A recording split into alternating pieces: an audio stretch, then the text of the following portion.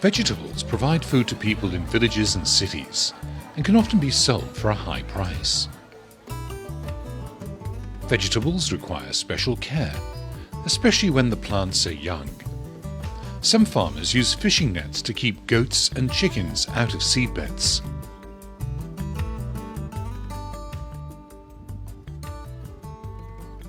But young vegetable seedlings are also vulnerable to pests that cut the tender stems or feed on leaves.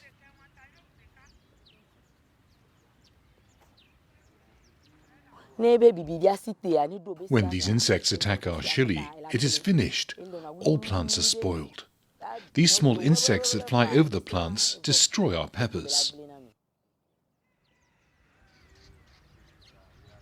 To protect their young crops, many farmers use pesticides. While pesticides are expensive, they're also dangerous for the health of farmers, consumers, and the environment.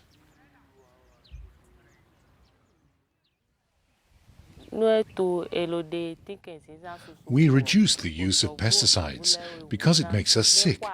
To avoid spending money at the hospital, we protect our young crops with nets. In addition, with the nets, the plants grow very well.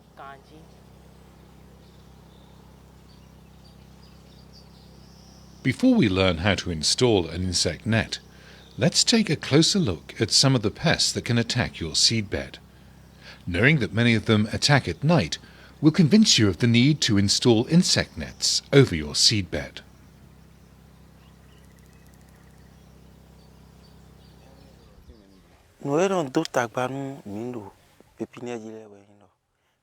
Various pests can destroy our seedbeds. Mice dig and eat the seeds that you plant. Snails cut the seedlings from the moment they emerge, and also grasshoppers come and eat the seedlings. Therefore, we need to use insect nets so that our seedbed is protected at all times.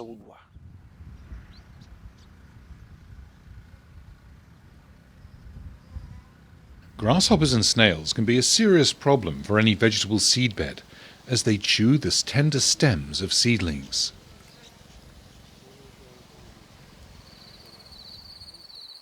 To avoid damage, leave the nets closed day and night.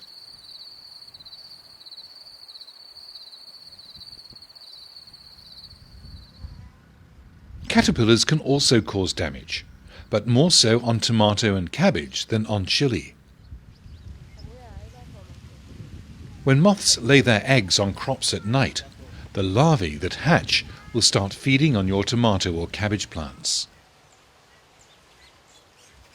Insect nets can prevent moths from laying eggs directly on your seedlings. Most caterpillars will not be able to get through the small mesh of the net, but better make sure the nets have no holes in them, as the caterpillars will crawl all over the net and find even the slightest hole to drop down and get to their preferred food.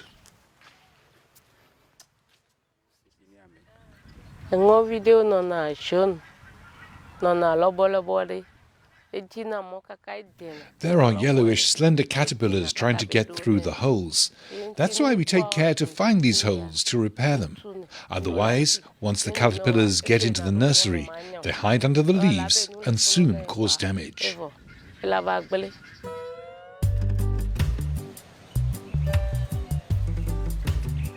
Whiteflies damage vegetable crops in other ways than by eating leaves or stems. Hidden underneath the leaves, they suck the sap from the plant, and by doing so, slow down its growth. When a whitefly sucks the sap of a plant infested with a virus, it can transfer these germs from the sick plant to healthy plants. Whiteflies live in large numbers on a wide range of plants.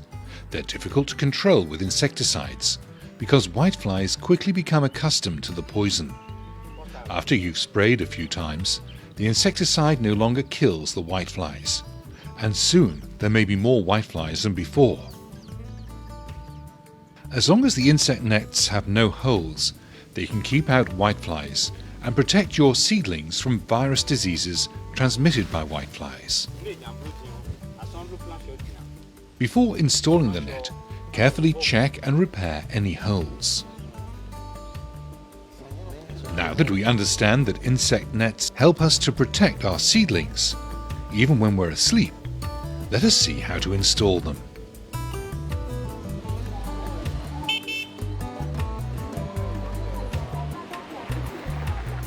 While special insect nets exist, you can also buy material from the local market and make your own insect net, as shown by Thierry Adiogbe, President of the Vegetable Growers Association of Kome in southern Benin.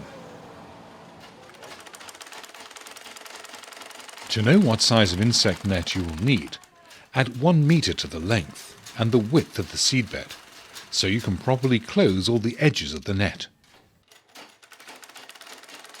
So for a seedbed of 1 meter by 2 meters, your net should be 2 meters by 3 meters. Filet anu be nye mi do play nyao parce mi zanga ye mi ve play. It's important to buy nets as we've spent money to buy chili seeds, manure and other things to install our seedbed. Without a net, all these efforts might be in vain.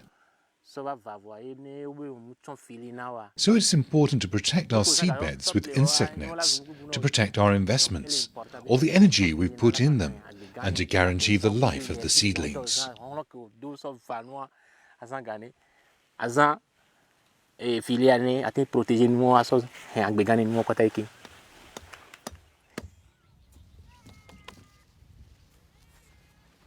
Having had his net made at the local tailor, Thierry now installs his seedbed. To support the net, you can use locally available materials such as branches, sticks, or the solid mid-nerve of palm leaves. Cut the sticks long enough so the net will be about ½ meter above the soil.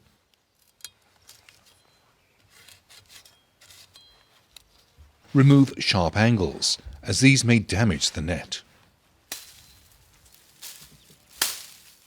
Place the arches at both ends of the seedbed, and 1 or more in the middle if you have a large seedbed. This will prevent the net from hanging down and touching the seedlings. Cover the seedbed with mulch, such as palm leaves, to keep the soil moist, and install the net. Put soil all around the edges of the net to properly close it and to keep pests from crawling underneath it.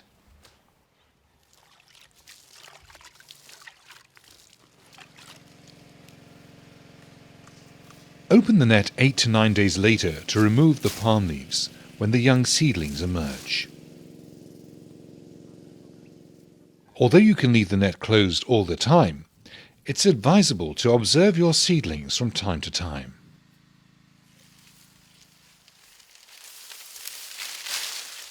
When you notice that your seedlings are suffering from the heat, you can place some palm leaves around or on top of the net to give shade.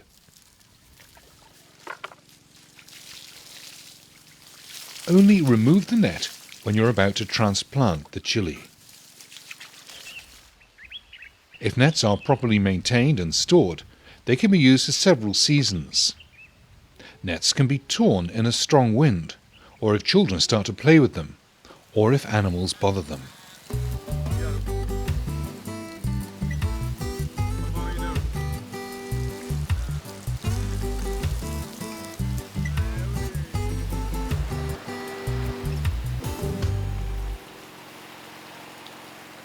Let's recap what we've learnt.